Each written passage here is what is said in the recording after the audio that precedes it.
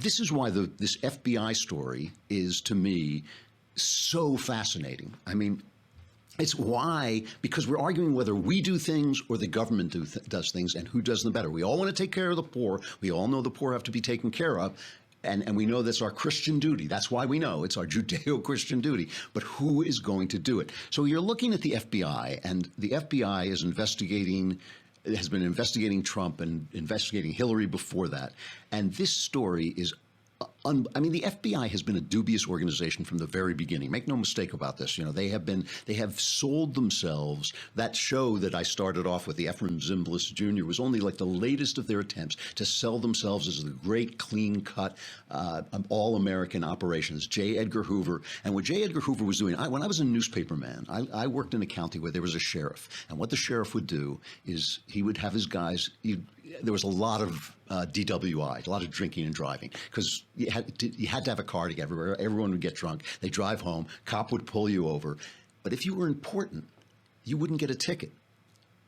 But now he had this on you, that you did this, right? So he had the citation, but you didn't have to do anything about it. Just if he needed something, if he needed a vote, he would come to you. And that's what J. Edgar Hoover used to do. J. Edgar Hoover had a movie made by a famous Hollywood director, Mervyn LeRoy, called The FBI Story.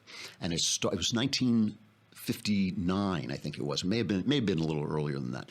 But it was selling the FBI to the public. Jimmy Stewart, the all-American actor, right? His name was like Chip or something in this thing. And and Mervyn LeRoy was a conservative and was J. Edgar Hoover's pal. Before Hoover would give approval that the movie could be made, he had Mervyn LeRoy investigated, and he said, we've got enough dirt on him now where we can control him. This was his pal. This is how he treated his friends. We've got enough dirt on him so we can control him, so I know the movie will be the way I want it. And in fact, he would have LeRoy reshoot scenes and rewrite scenes to get them the way they wanted. Let's just play this is the theatrical trailer, the beginning of the theatrical trailer. The FBI has been selling this image of itself for years and years.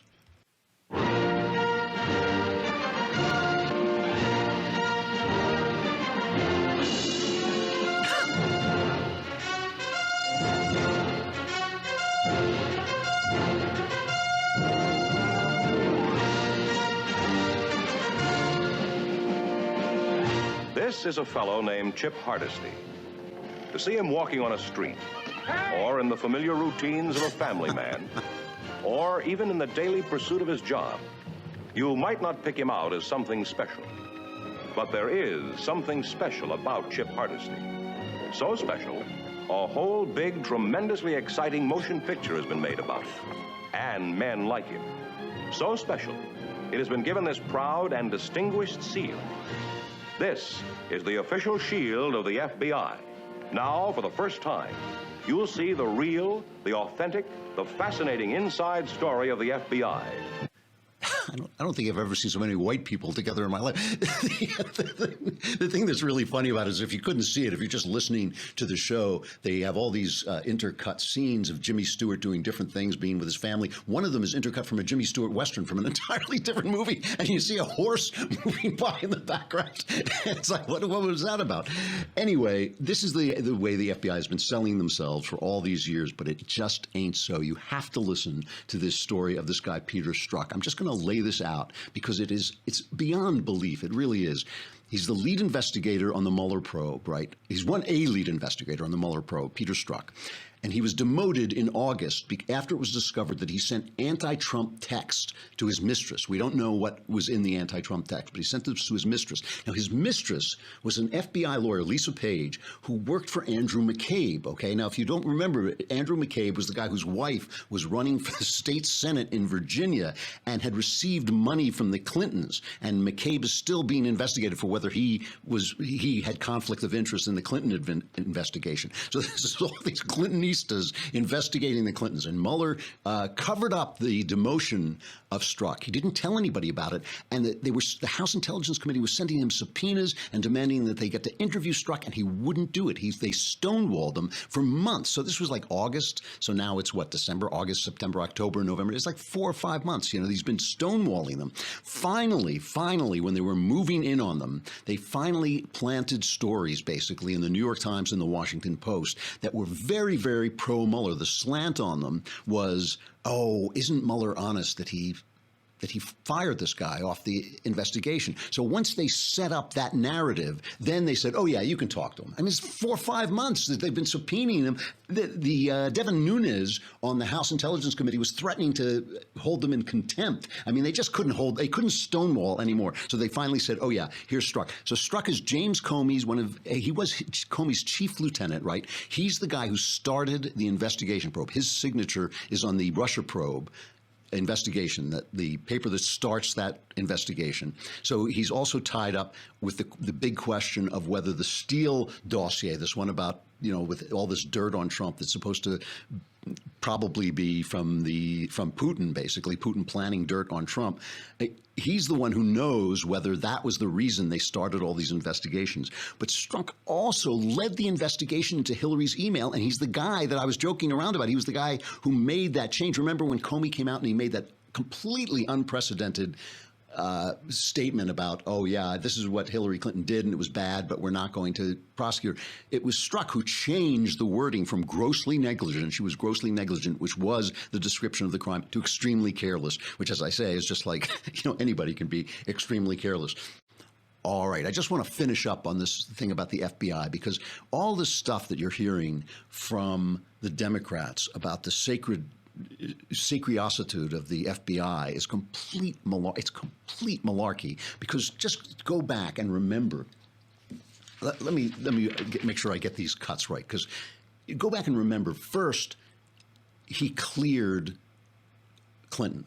He cleared Hillary Clinton. Comey cleared Hillary Clinton, and suddenly they love Jim Comey. Man, oh man, they love Jim Comey. So this is cut number 10. There was an extensive, as you know, Brett, investigation by the FBI under the direction of a wonderful and tough career public servant, Jim Comey. This is a great man. We are very privileged in our country to have him be the director of the FBI. No one can question the integrity, the competence. And he's somebody with the highest standards of integrity. Okay, then Comey reopened the investigation into the Clinton emails, and here is the Democrat reaction then. This is cut 9. Comey acted in an outrageous way. I think he should take a hard look at what he has done, and I think it would not be a bad thing for the American people if he did step down. And do you believe that Jim Comey should resign, Senator Reid? Of course. Did you want to see him gone? So it's absolutely true that Democrats have been very critical of James Comey, and many of us did call for his resignation. It's hard to be director of such an important institution when that trust is no longer there. Can you tell us anything about the discussion? No, it's classified and we can't tell you anything. All I can tell you is the FBI director has no credibility. The FBI directed not to send the letter. Comey ignored the warning and sent that letter to lawmakers. We even released internal FBI memos and interview notes. I may have missed this, but my 42 years here, I've never seen anything like that.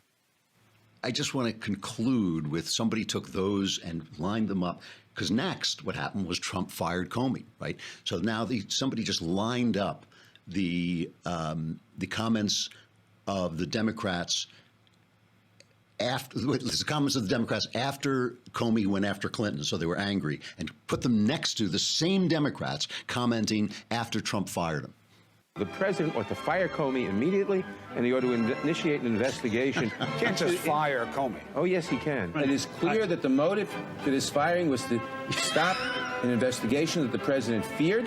History will conclude that this is the equivalent or worse than the Saturday Night Massacre by President Nixon. Well, I was appalled by what Director Comey did. He owes not only Secretary Clinton, but the American people an explanation for what appears to be an appalling action. President Trump called me and informed me he was firing Director Comey. I told the president, Mr. President, with all due respect, you are making a big mistake. And the FBI has been compromised by Jim Comey because of how politically it acted with regard to this investigation and the Clinton investigation. It would be inappropriate for you to fire the head of the FBI when the FBI is investigating.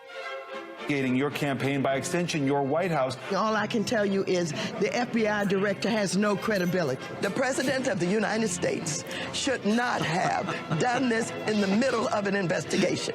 So let me ask you this. If that is your government and the FBI is your government, who do you think should be giving money to charity? Who do you think should be in control of the money that you earn? Is it the apocalypse when you take money away from these people? How much money should they have? I'm guessing $50, $100 bus fare to take them back home. I mean, come on. What is their argument that they should be in control of anything? All right.